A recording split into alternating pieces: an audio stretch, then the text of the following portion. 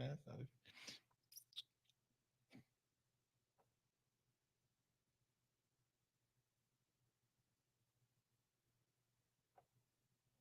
Welcome to the Tactical Cyber Podcast, where we transform strategic cyber insights into actionable tactics for everyday implementation. Join your hosts, retired FBI Supervisory Special Agent Darren Mott and Risk Advisory Practice Leader at Warren Averett, Paul Perry. Together, they bring decades of experience from the front lines of cybersecurity and risk management to help business owners and individuals take the actions that will keep their business and personal digital data safe. Each episode, we delve into the world of cybersecurity, sharing real-world experiences, expert interviews, and practical tips to safeguard your digital landscape. It's time to move past cyber strategies and start working cyber tactics.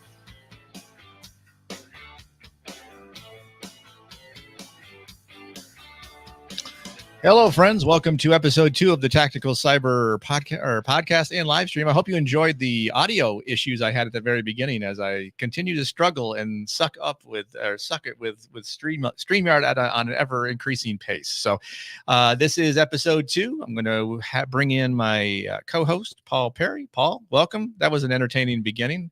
And for some reason, I'm looking up. I laughed and smiled the whole time.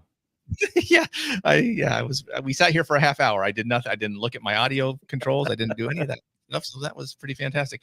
And I'm looking at the site on LinkedIn and it says pre-live with Matt Lee, and it doesn't even show it going. So I don't know what its issue is. I'm going to assume it's working. If not, life goes on. So, all right. So how was your week? How's things going in cyber world over there? It's going well. People still need conversation and education on the right ways to do security and technology, and it never ends. And I think continued education through podcasts like this are extremely important. And I'm glad that you and I are doing this. I'm glad you're doing the other podcasts. I'm glad our host today does his evangelizing of cybersecurity, because I think the education just continues to be needed in the world. So glad to be here and glad to be with you.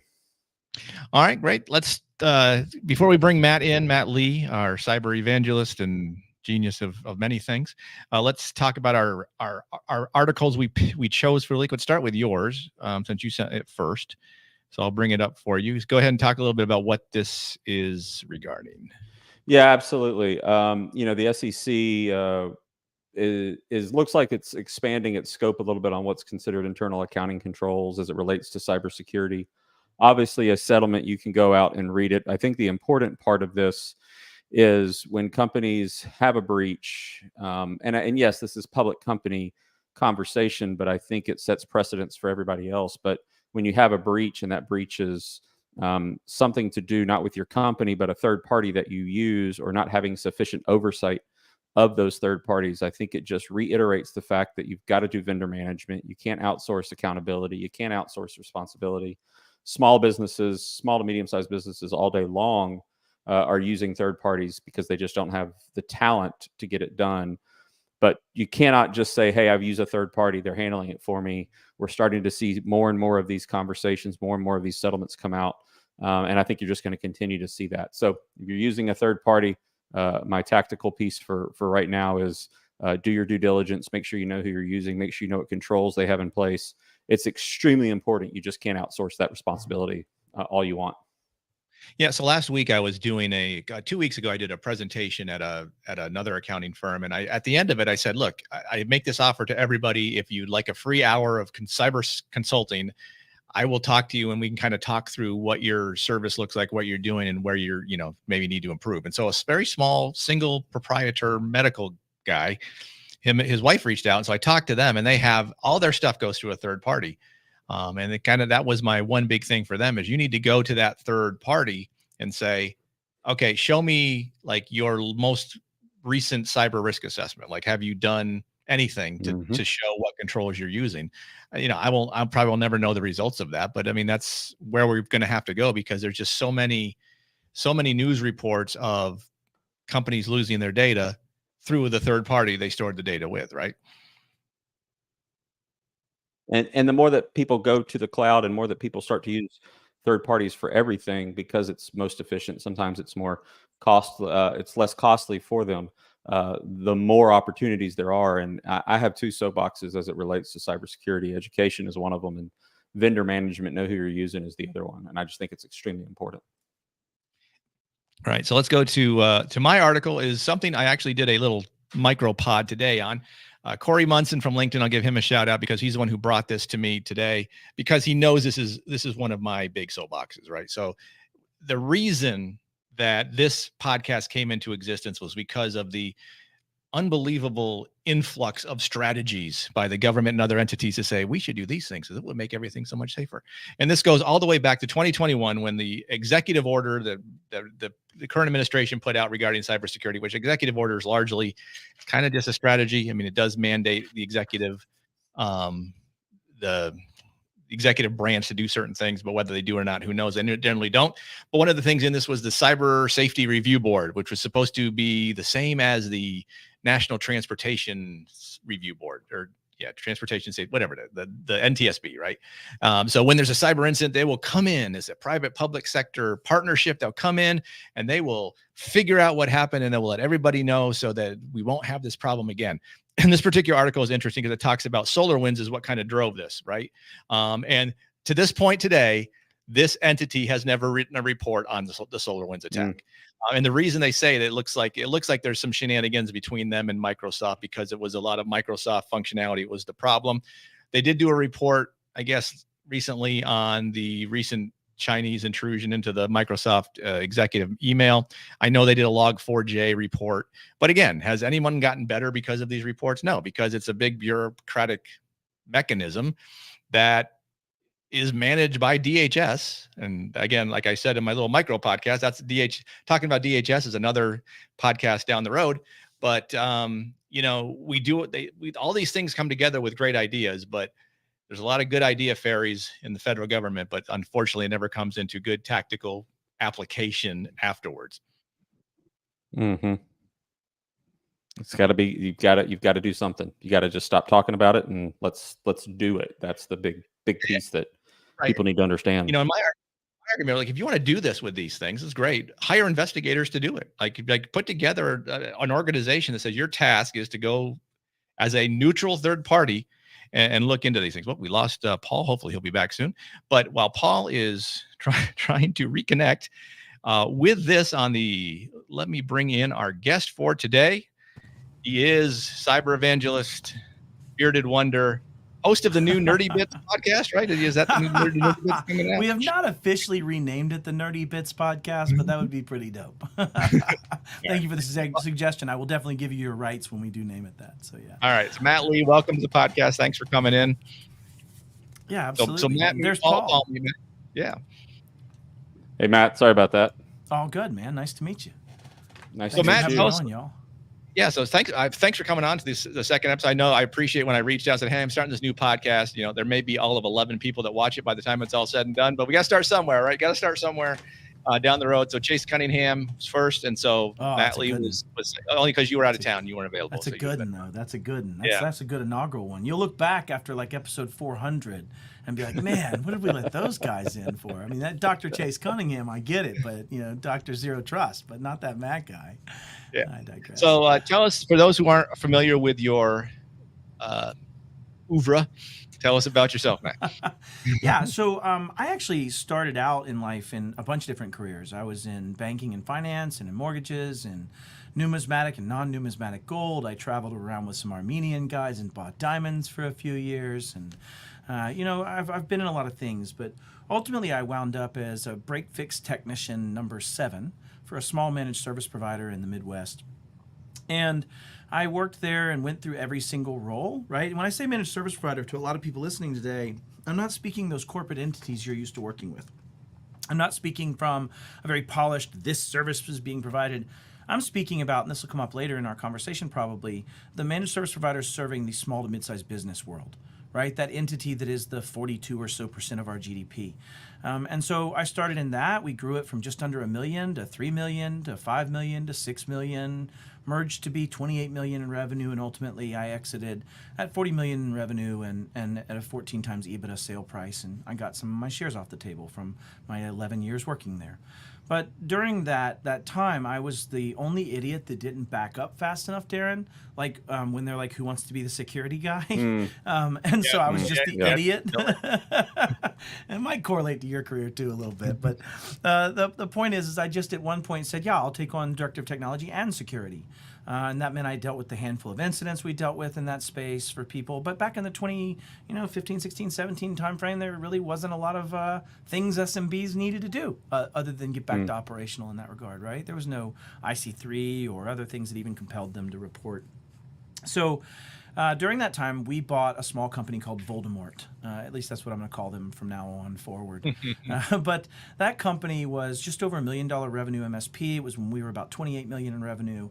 And I was the director of security. And I write out an email called My Single Greatest Fear, Darren. And it was to my 170 employees. And I was basically, not my employees, but obviously the employees that I was responsible for as a security director and my service providers. And I said, hey, listen, there's going to be some changes coming. And it was called My Single Greatest Fear. And that single greatest fear email was, we could be that next MSP. One of the first ones I had dealt with was ProTech at a buddy of mine named Eric that was part of the first Kaseya vulnerability in 2018. And I said, I don't want to be that next MSP. I don't want to have to deal with that. And so I was explaining to these MSP technicians that I was going to take away local admin rights. Like I thought I was going to be dodging bricks, Darren.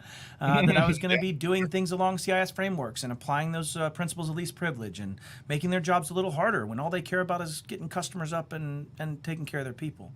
And so I made that introduction. The next morning I get a message in Teams and this guy says, hey, I'm in your Florida office and that's my single greatest fear. I said, what? We don't have a Florida office. What are you even talking about, bro? And how are you in my brand new Teams environment I'm building for the new entity? Like, what? And I come to find out that our board and our team leaders had bought a small MSP called Voldemort. Again, back to the point, I won't say their name. And they had bought them for $1 million May 1st after we had merged, literally the day we merged. It never came through me at all as a security director. Wow. And he goes on to explain that they had been ransomed in February, all of their clients, and that they were still dealing with the aftermath, the lawsuits, the things that came from it, right? And so I lose it. I go to the board meeting that night. I'm the director of security, at least on some sticky note I've stuck on the end of my badge.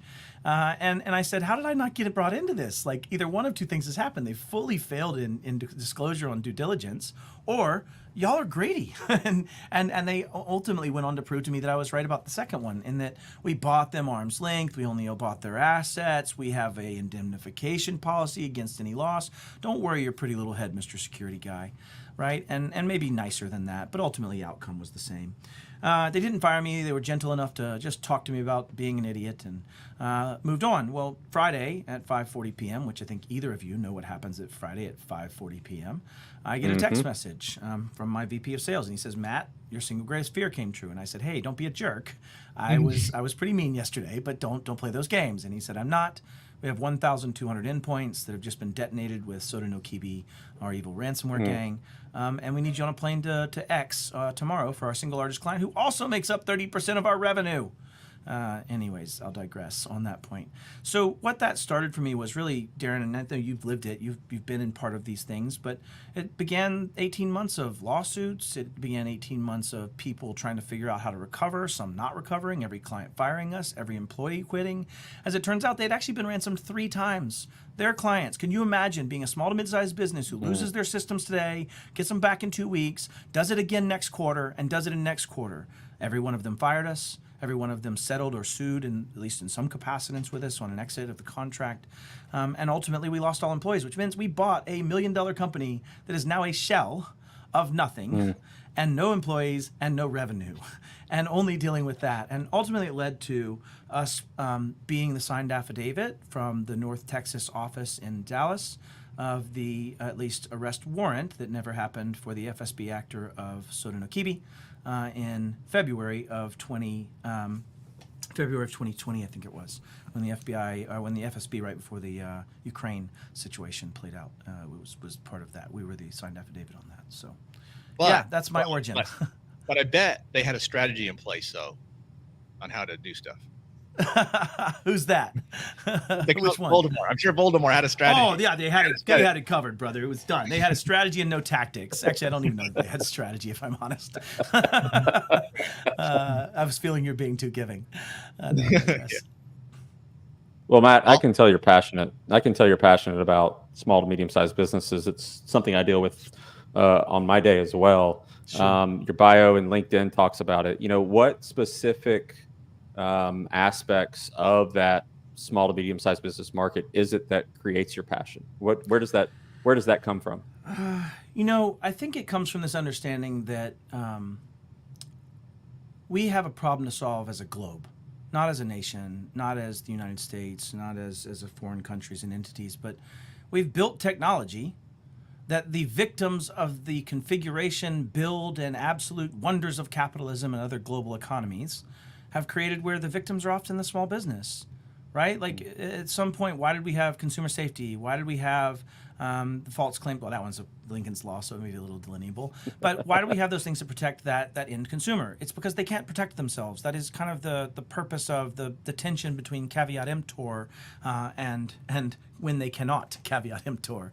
And technology is one of those where they couldn't, and we built shitty stuff, and people have swallowed shitty stuff. Like I have actual SMBs that right now have to have SMB1, server message block 1, turned on to run a full flat file database of all patient records running on a dental product.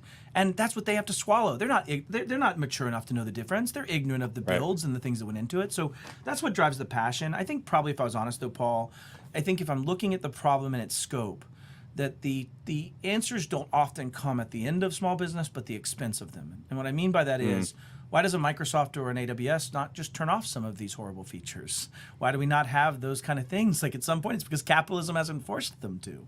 So I think that's my passion, Paul, combined with the people that serve these service providers. When you're a large enterprise, you at least have the modicum of capability to look at this service provider and see if they're doing the right things from due care, what your requirements are, all those things. But when you're in a small to mid-sized business, someone goes, hey, I'm an MSP. They could have likely just stuck a sticky note on the wall and said, I'm an MSP.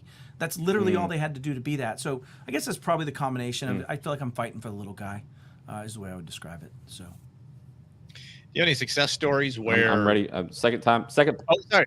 Go ahead. Yeah, second. Second podcast. Second podcast this week that I can say this. Second podcast this week that I can say this. I'm ready to run through a brick wall for you, sir. I appreciate your passion, and I know that small businesses appreciate your passion. So thank you. Yeah, all God's children got a talent, right? So that's mine, and it comes from a lot of pain, right? Like I think that is my way of dealing with the trauma of it.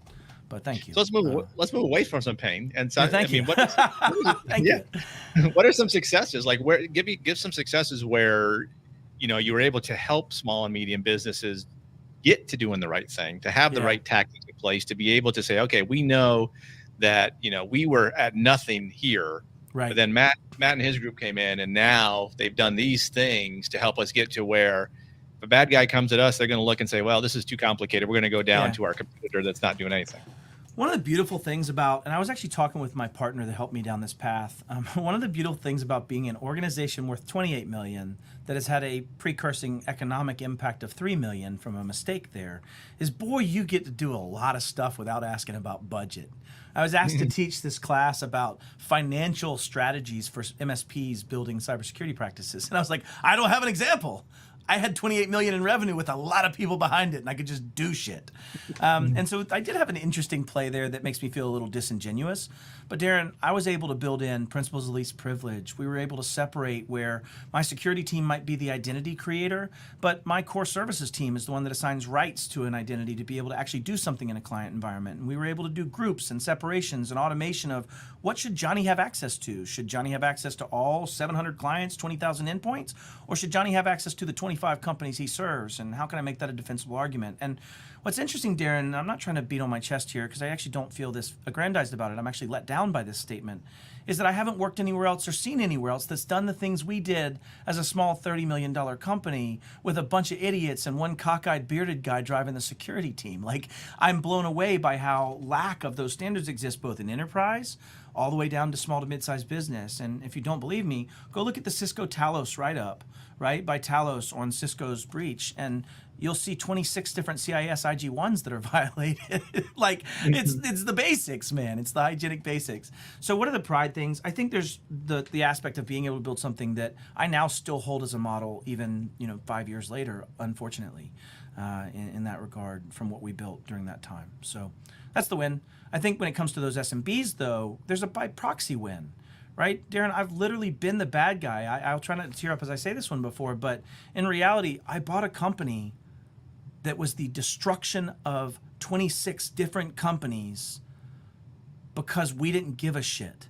Like, I just want to put that in perspective. So while I don't know that I have direct wins, I will say that I am proud to be able to have been involved with an organization and now get to every day teach about CIS and frameworks and safeguards and following tactical pieces. Like the whole name of this episode, this whole show is stop going from this stupid strategy and get into actual tactics. Well, what's more tactical than, hey, stove hot, don't touch stove. Let's go figure out a process not to touch the stove, right? Like, and so that's what I'm blessed to be able to do every day. What's your favorite framework? Do you prefer NIST? Do you prefer? I'll come back to you, Paul. I mean, I just he made me think of something. So because I'm trying to help a bunch of small nonprofits just kind of do a basic risk assessment, right? And so I'm not using I'm using somewhat like CIS, but I'm just saying, hey, here's 10 things. If you're not doing these, you're not doing any of the other stuff anyway. So which is your preferred framework for? So I like to say that CIS is the how to NIST's what. And what I mean by that is if you look at NIST gives you overarching, like, thou shalt have an identity management practice. Whereas CIS goes, hey, bro, write down all the list of everybody's accounts. Like, that's a good start. Like, let's do that, right? So, like, I feel like CIS is the very tactical element of most frameworks. And what's great is they've already done a lot of the work to take CIsecurity.org and do the critical controls navigator to say, this kind of helps you solve this one. Now, you got to take some practitioner land there and hire a Paul, maybe. But you do have to go down that path of being able to map that and understand it. So, for me, Darren, final answer, CIS, because it provides you a bridge gate. I mean, if you do see all of CIS 1 through 3, IG 1 through 3, you're pretty much covering like 56% or so of 800-171, right? So you're getting into some very interesting aspects of it's a good starter framework and a great way to get the muscles flexed. So I would say CIS is mine. All right. Yeah. All right, Paul. So Matt, so challenges are different, small business to large business. And I want to know the uniqueness of those challenges. But before we get to the uniqueness of those challenges, that one face that maybe doesn't, there is one factor I do believe that all face that is the hardest part about the tactical piece, and that's the people aspect of a business, right? Yeah. The people doing what they do on a regular basis. And can you talk about why the people issue is bigger at a small business than it would be at a large enterprise? Yeah. I think there's actually maybe an argument that challenges that a smidge in a way of saying, you actually in the enterprise have more disparate level of people that are unaware of all the things happening, and so there's significantly more chaos and elevation and distance there, just from a exponential perspective of the variables and the variabilization that can play out. That said, though, I think the SMB, to your point, is harder to train because they're just trying to keep the freaking doors open, homie. Like, at the end of the day, there are things that they're just trying to do to just even make enough hamburgers to go buy enough cheese to go do more hamburgers next week. Like, I don't want to be that guy or be demonetizing, but that is kind of the reality of at least a large swath of the business in the world. So I do agree with you being right there. I just think businesses can win this. And I'll bring you to this other point, Paul, of I feel like the differences between SMB and big business we'll talk about later. But what's interesting is, for the first time, I think technology can be held. I actually got the pleasure of speaking to 3 Senate staffers last Friday about this, or 2 Fridays ago about this challenge, specifically this regulatory challenge of MSPs and service providers and things there. And one of the things I ended with there, and I'm sorry my friends at Microsoft, and I'm sorry my friends at AWS, I'm sorry my friends at Google, I love you and I don't mean this to be negative. But if I was the United States government, or any entities in general, would I rather choke the throat of 1 million end users, 1 billion end users, or would I rather choke the throat of 3 or 4 major providers and make them force that capability to be similar? And I say all that to say, if I'm looking at a business that's a small to mid-sized business, I'm getting a little techie here, so y'all that hate that, I'm sorry. But if I was to start a new business tomorrow, there's almost zero chance, even if I was a code producing entity, there's almost zero chance that I would have a server. There's almost zero chance that I would have traditional Active Directory or any other type of identity source. I would most likely be using a Microsoft Entra ID, Okta, AWS, some type of ID, or Google. I would extend that into SaaS platforms through SSO and other extensibilities. And I say all this to say, you could see a world where for that small to mid-sized business or startup code producing entity that's using function services, platform services, those types of things, that I could actually be very linear. I could have very normalized types of experiences. I went from Server 2 2003 to 2008, 8R2 12, 12R2 16, 19 to Forest Function 03, 08, 08R2 12, 16, 19 to now Graph API, license this, setting X. And you can start seeing a world where the normalization allows for standardization, and the standardization allows for automation, and the automation allows for you to be operationally managed in a way where it makes it harder for users to do the wrong thing and easier for them to do the right. And you start taking away that changing. I need to talk my client into using FIDO security because it's way better at not being phished to. You can only use FIDO. And at some point you start getting to a point where why would not we approach Microsoft and Google and hold some standards to that space for those billions of humans that consume that space. And I've got an anecdotal story about this. I won't say which major player it was, but I do a lot of advisory. And one of them came to me and said, Matt, as an IP, an indirect provider, we only see about 79% not using strong authentication, only 21% of the tenants using strong authentication, which just blows my mind. And she said, or this person said, I may have leaked it, this person said to me, Matt, why is that? Can we help teach those stupid MSPs and SMBs that don't understand it? Now, they weren't being as condescending, but it came off that way. And I turned it around and said, why don't you just take away non-strong auth? Oh my God, we could never do that. People would revolt, and great, we're in the same pool together, aren't we? And you're the only one that can pull that trigger. So I think in my answer to that question, the wins we will see in the future, maybe we went off on a tangent, will be from controlling those that provide the most of it. We've done it in the auto industry. You cannot buy a car that is probably going to kill you unless it's like a Roush. And even then, you got to go to a little school first to protect them. But I digress. I'll shut up now. But yeah, that's some of the things I think that help solve this problem too. I'm going to push back on one thing. Was it really a pleasure talking to congressional staffers? I actually think it was. One of the girls was fresh out of the NSA. She had been there 3 months, so she hadn't quite been tainted by the experience yet. The other lady looked like she'd been there since 1922, so she was well adept at all the things I was trying to ask about and seeming stupid. Oh, yes. But yeah, they did ask some awesome questions. It was fantastic. I really enjoyed the experience. I'm sure when you brought up Fido, she said, is that the name of your dog? I did not bring up Fido. I felt the know your audience rule applies. I told stories, lots of stories. How do you get over the hump of trying to convince SMBs to invest in these kind of cybersecurity? They're just trying to keep their lights on. But I don't know if this stat is right. I've seen it mentioned many times, but 60% of SMBs go out of business with a data breach, right? Sure. Who knows? But I'm sure I don't think it's that high. But either way, it's up there. All right. This is a great question. There are two paths, and I like to define this as a cliff that's forming. You are either an SMB entity that has been born 20 years ago and is running Active Directory on a server in your office or in an infrastructure as a service model or whatever it may be, or you are an entity born in that modern identity model I talked about. One of those two. It's an easy categorization. Am I hybrid or am I not? And what's interesting is, as you start answering that question for the second one, the compendium that is not hybrid, that is pure cloud, I was actually writing CSA. I help out and volunteer on a Zero Trust working group. And they had written a whole bunch of data about how enterprise companies could convert to ZTA and ZTNA type models from brownfield architecture. And it was 170 pages long, tons and tons of tactics and strategy in the guide. And the challenge was, I said, all right, I'm not that entity. Let me suggest a modern entity born tied to identity, extensible into SaaS, FAS, and PaaS type extensibility. What then when it comes to implementing a ZTNA journey? You know what their answer was? Paul, you might be able to guess. The last 176 page viably don't apply to you. Your strategy and a modern cloud approach now have a very different journey in which microarchitectures can be moved to that model in a way. And I'm summarizing like crazy, but the point being is that if you're an SMB in that world and you're spending your $20 on a Microsoft Business Premium or 28 or whatever it is, or an E3 at 60, that's your cost. You can do most of the stuff with those tools in that model. I can now use CA policies, extensible into risky sign-ins. All of those things start at the core identity provider. I can actually say you can't even sign in unless you're coming from the Microsoft Private Access. And I'm only saying Microsoft because I'm super familiar. Same things are playing out in Google. Same things are playing out in AWS architectures and capabilities. So the argument is that I could start making it to where one of the challenges for any entity is 1.1 in CIS, which is an asset inventory. But if you read 1.1 in CIS, it actually says, very tactically, with the ability to store or process data.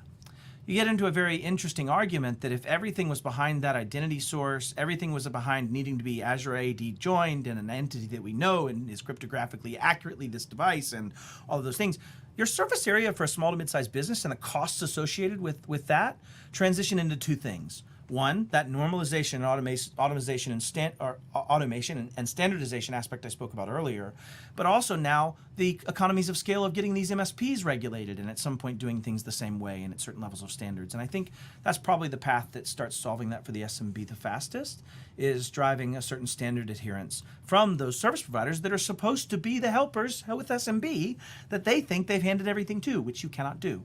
So anyways, a lot to unpack there, I'm sure. But yeah. Hope that answered your question. Yeah, great. Paul? So, yeah, I don't like this question, so I'm going to ask it of you because I don't like it when people ask me. I love it. Because they always say, hey, and you've said a lot of things, you said a lot of tactical things for small businesses. And people always ask me, what are the top 5 things? And by the time I get to number 12, I'm like, do you want me to keep going? Because right. you can't really stop at the top 5, right? Yeah. I mean, like, 100%. I'm with you. Again, I hate the question. I've been asked it. I'm going to ask you, what are those critical practices that need to be put into place? And I'm not going to give you a number because I don't believe you can. And it's for all the small businesses out there. It's different for everybody, right? There may be something he says that it's like, you know what, you're too small, you're too large, that doesn't apply. But sure. What are those critical, or it applies differently? What are those critical practices you would say in that list? So I literally just taught a class on this, and I hated teaching a class on this, Paul. I was asked to do a 90-minute class on fundamentals of security, but not teach at all about CIA triad, DAD triad, or any extensibilities about that. It was horrible. It was a horrible, horrible experience. No, I think it went well. What I would say is maybe a little bit more strategic than you'd like on this tactical show. And what I mean by that is you first, as the first point, have to have an acceptance that everybody sucks right now. What I mean by that is I've had MSPs that'll say to me, I wish my clients would do MFA and I need them to do strong MFA. I can't get them to buy off on this. And to Darren's point, they can't see spending $20 more for this. And I can't, right? Like that piece of it, they lament that way. And those same MSPs then go, hey, my vendors suck. They won't give me a SOC 2. I can't get the things I need. Their trust center's terrible. I can't get them to respond to my vulnerabilities and things I'm saying. But none of them turn around and go, I don't have any of that shit. I'm doing none of this. I suck. And if you were to do that math, you would note that everybody sucks. And so my point is, first make acknowledgement that we all suck and that your job isn't actually to beat the threat actor. Your job is to be defensible in how you chose to do so, and your job is to take the next step and the next step and the next step. And I think that's the first piece I want, is that people understand governance. NIST CSF 2.0 tried to tackle it by adding in governance. CIS 8.1 last week added in governance for 53 safeguards. Ask me how I know. And so you're starting to get into this point of we're all struggling with, first, you must give a shit. And I told this in my class today in my story. I said, when I was a kid, and I was from I wouldn't say poor, but I certainly didn't have a lot of money as a family, and my parents weren't buying me a car. And I spent $1,000 that I saved up working at the watermelon stand and at the movie store, and finally bought this 1986 Mercury Grand Marquis, right? Like it was a big hoopty 5.0 leather top. It was awesome. And I washed it, and I took care of the oil, and I gave a crap about the tires, and I did its maintenance, and I did all the things because it mattered to me. But I gave my kids each a $20,000 car. We are now 3 years past that point. What do you want to bet their car is not in the shape that it was before, and nor do they give a shit? And my argument is really that ultimately, if the person that is the owner and principal of something doesn't care, it doesn't matter how nice it is, how great of a security program it is, it's never going to help you. So I'd start with that. I hate being a little strategic and esoteric there. But now, from that point forward, I would say if you're not following a framework, you're an idiot. That's the first point, right? Why? Why in the hell would you want to go discover all the things that you can break ribs on instead of learning from somebody else how not to break a rib, right? Like, I think that's a silliness. Great point. There. So follow a framework. I'd say the second piece would be if you can't follow a framework and you don't have the capabilities, hire someone. Outsource that. Now, I gave a talk to like 100 or 120 Fortune 100 and Fortune 500 CISOs last November. And I basically described that they should ask their MSP 5 things. And instead of doing these long stigs and format and questions that everybody's going to lie on, just go ask 5 open-ended questions. And I would use those again here. How do you manage your asset inventory? That's it. How do you manage what stuff you own that should be connecting to your data? That's the first thing I'd say go out and figure out. That can start as an Excel sheet, homie. Just write it down, check it, validate it, expand it, right? So that's 1. 2 is having some form of account management process, 5.1, 5.2, 5.3 extensibilities in CIS.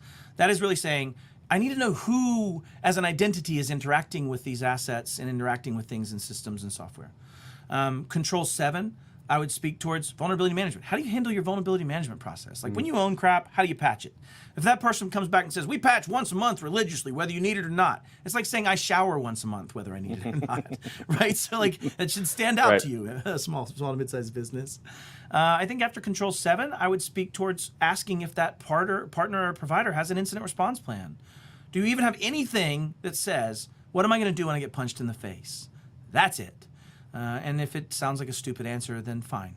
Right? So we're 1, Control 1, know your assets, and really extensibility into 2 by that, right? Know your software that you're using, things of that nature. Control 5, know your identity. 7, patch the stuff you have. 17, have an incident response plan. And then if I had to get into it, it would definitely be just one more thing of understanding as you apply a framework, stop getting stuck in the rut that the only asset I protect is an endpoint, right? Like so many people define assets as my desktop. No, there's like my phone, my desktop, there's anything I would ever check my mail on. There's like all of those things are assets where I will attack you if I'm going to attack you, right? And so, yeah, I would say those are my pieces, is really just those fundamentals. Know your identity, know thyself. So I'll tell you an amusing story. I'm doing a risk assessment for some nonprofits, right? And first question is, how do you manage your assets? Do you know where your assets are? It's exactly what you said. That's it's a hard question. Yeah. So the answer to one of them, well, the ISP has an RMM, so that's how we do it. Oh my gosh. And then the ISP I just ranted about this today. The MSP said, yeah, we have an RMM, but they don't really use it. Thank you for validating me, Darren. 1.1 says have an inventory of accounts, and it does mean it can't be ephemeral. I got to know when Darren got that laptop, when he got rid of it, when was it destroyed, was it destroyed properly, what kind of asset was it, what was it holding, was it sensitive or not sensitive, and so, yeah, good call out. I actually went on a rant with an MSP today in my class, or 2 days ago in my class, another class I teach, and said, if you said RMM, I'm sorry, I'm going to hurt your feelings right now. That is a facilitator, not the actual safeguard. Yeah. So and then anyways. The second question was software. How do you manage your software? And it's the same question. Our MSP has an RMM. And then and you know what? Maybe this triggers me. Maybe for some of your SMBs out here, I can make this make more sense. The asset is the body in the human body experience, right? That's where stuff's going to get carried, right? The organs and those other pieces and the blood vessels, that's the software. That's where the data will flow. And the blood of a business is the data. The data is what we care about. Where is it? Where does it flow? What asset is it on? That's why we care about what asset do you have? What software do you have? Because that's the blood. Now we can go when somebody says, well, is that software a problem when it has a vulnerability? It depends. The best answer in cybersecurity is it depends. Paul, you get to say it probably 20 times a week. It depends. Absolutely. Because it does. And so the point is, you need to know where your data is. You need to know what assets it's on. You need to know what humans are interacting with it. And you need to know what data it is. That's those 4 are really wrapped up in an asset inventory, is the point. And so know thyself. Yeah. And I would say the inability to even look at those things is a leader. We don't talk about this enough, is the cyber leadership piece, right? And then there's leadership, right? An SMB has leadership, but no one has cyber leadership, because CISOs are supposed to be leaders, but no one trusts them or listens to them or pays attention to them. The CSO is worried about, is the IT working? So there's no tactical cyber leadership to do all these things that you're saying. Well, and the other piece of that, Darren and Matt, is, and talk about stats from years ago. I think it was Inc.com that put out a stat that said 25% of small businesses that they talk to have somebody that do cyber 100% of the time. Let's reverse that. 75% of the small businesses have somebody that do cyber or some kind of security, not 100% of the time. Yeah, right. Probably so none of the time.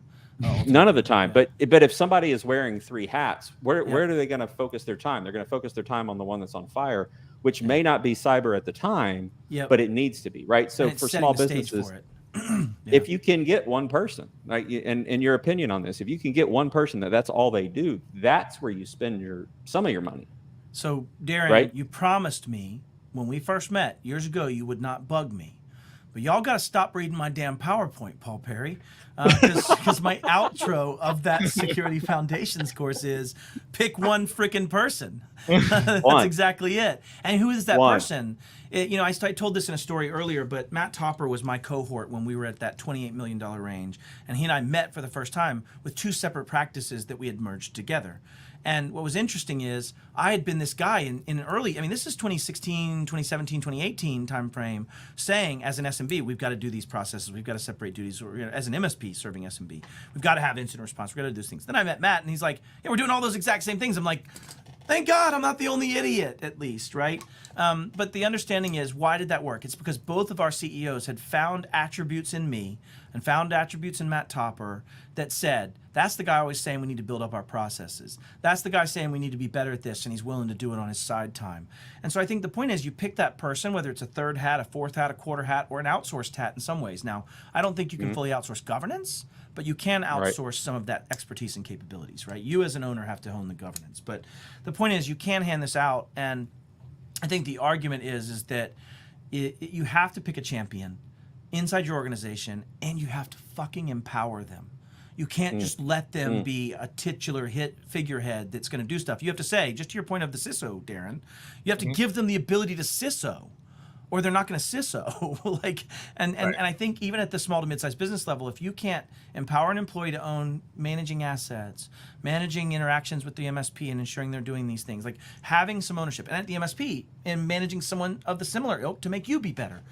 So yeah, Paul, great call out. You've got to nail a person to be the champion. And if they don't have the expertise, you have to either give them the ability to grow it, you have to give them the KPIs to support them growing it, or you have to find ways to outsource and collaborate with partners like yourself, right? I think that's the play out that comes out even at the SMB, MSP level in my mind. So we're coming up on almost 45 minutes. So like I like to say, we're here for a good time, not a long time. So Matt, you are traveling all over the place. So where are we this week? Every time I look at your LinkedIn, you're taking a picture of an airplane. I'm actually getting to drive a few times. I'm going to be in DFW. So for an OSINT perspective, I just failed at least in saying I'm probably within 14 hours or so of that location. But the point being is that I will probably be in DFW this next week, home for a week or for 2 days, then back to DFW, then to Atlanta, and then back home. So that's the 2.5 weeks or so coming up. Do you ever come to Huntsville, Alabama? It's been a long time, Darren, but I can make that happen one of these days. Maybe we'll do like a B-sides or something. That would be awesome. If you do, I'll give you a free book. I'll give you a book. Yeah, that's awesome. I'll make the 2-hour drive up, and I'll meet you as well. That'll be fun. I do about 150 flights a year, give or take, between the different things I do. So, yeah. So talk about your other podcast too, Laura, because obviously you are all over the place on LinkedIn with what are your Beard Banter? I have Beard Banter. I'm starting M Squared with Matt Topper. I do that's the nerdy game. Bits. That's the nerdy bits. Yeah, one? no, that's the game. The game's the nerdy bits one. I'm glad you called that out. So I do have a video cast like this that I do with my friend Dom Kirby, and up for the last 2 years, we've actually focused very rhetorically on a lot of topics, right? Very opinion-based, very discussion about the topic and rhetorical aspects of it. And what we've started to notice, and I think maybe you're on the same train, is people want tactics. They want actionable items. That's what we're at. We're done with rhetoric. We want real data, which is great because it lets me get nerdy again. And so we're starting to tackle topics of actually having to demonstrate something. Like tomorrow we're doing DNS and SPF management for DMARC, and how it shows a threat actor your posture and how good in hygiene you are at things, right? It helps me as a threat actor know if you're not doing that well, you're probably not doing the asset inventory well. And so ultimately, we're really tactical. So the game is on Wednesdays at 3:00 p.m. Central. And then Beard Banter is my love project and therefore has not been touched for a while, but I've got one coming up here soon, which you've been on a few times. So I think I have 50 or 60 episodes there, but yeah. I just pop in and taunt from the wonderful. Back it's delicious, yeah. In fact, I've got one coming up soon in the next couple of weeks with my former VP of operations when we were about $28 million through 40, who his job was to tell me no on the things I'm asking. Like ultimately, we're going to talk about the tension of me coming in going, we really should deal with these things. And he's like, put it in the Disney drawer, Matt. And we would have to actually revisit certain things per quarter. So it was fun. We're going to have a good talk. So if I pop in and say, hey, ask him about Voldemort, that'd be okay? Oh, he would definitely be squirmy. I'm the only one idiot enough to talk about it since the last check cleared, I guess. All right. Well, Matt, thanks so much for taking the time. Find Matt on LinkedIn. Yep. And we will talk again soon, I'm sure. Thanks, man. Everybody, go get cyber safe. Yep. Yeah, there you go. All right, Paul, thanks so much. Any closing remarks? I think his passion is what people need to take hold of, because if you don't have passion for something like this as an organization, you're going to get bit quickly. And so you've got to, like he said, find one person. But good conversation. I appreciate all the educating he is doing, and I'm glad we could get him on the podcast. And honestly, there's not enough small businesses that can listen to this particular podcast, right? Or this particular I would agree live with stream. that. The stuff that he put in, especially about the CIS controls and I mean, you got to do something. If you're not doing anything, Right. you're just you're a victim waiting to happen. So find someone who can help you. I mean, funny thing is I offer this stuff up, like I'll, talk to me, I'll tell you how to do it or walk you through it. And then no one ever takes you up on it, even if I don't pay for it. So it's craziness. So I don't know about you, but what I'd like to do for the next episode is do one of these for the home. So find someone who can talk about I like that. the home. So if you're listening out there and you know someone who's a good speaker who can talk to home security and how to protect your family and your elderly folks and the seniors and the kids in your life, let us know. Darren at thecyberguy.com. Paul, what's your email? Paul.perry@warrenaverett.com. Appreciate everybody listening in. Yes, thanks so much. And if you have thoughts or comments, hit us on the LinkedIn page or find us on the YouTube channel. And I apologize for the technical issues that I continue to have with StreamYard as I figure out how this craziness works. Paul, have a great week. Enjoy picking up your daughter. All right, see you. As I said, thanks so much for listening. As always, you can find Paul and me on LinkedIn. Here's my book. If you want to go find my book, Get Cyber Smart, available on Amazon. Thanks so much for listening. Know that knowledge is protection. If you can understand the threats targeting you, you can assess your risk, proceed wisely. We will talk again soon with more Tactical Cyber. Thank you for listening to the Tactical Cyber Podcast. Please note that the views and opinions expressed in this podcast are those of the hosts and guests and do not necessarily reflect the official policy or position of their respective employers. If you have thoughts, comments, or suggestions on the Tactical Cyber Podcast, email Darren at thecyberguy.com. You can also follow Darren and Paul on LinkedIn at linkedin.com/in/Darren Mott or linkedin.com/in/Paul M. Perry CPA. Paul Perry is a member of Warren Averett CPAs and Advisors, where he leads the firm's risk advisory and assurance services team, a group dedicated to optimizing businesses' financial, operational, and technology controls so that organizations can make strategic choices for sustained growth. Learn more at warrenaverett.com. Stay safe, stay secure, and we'll see you next time.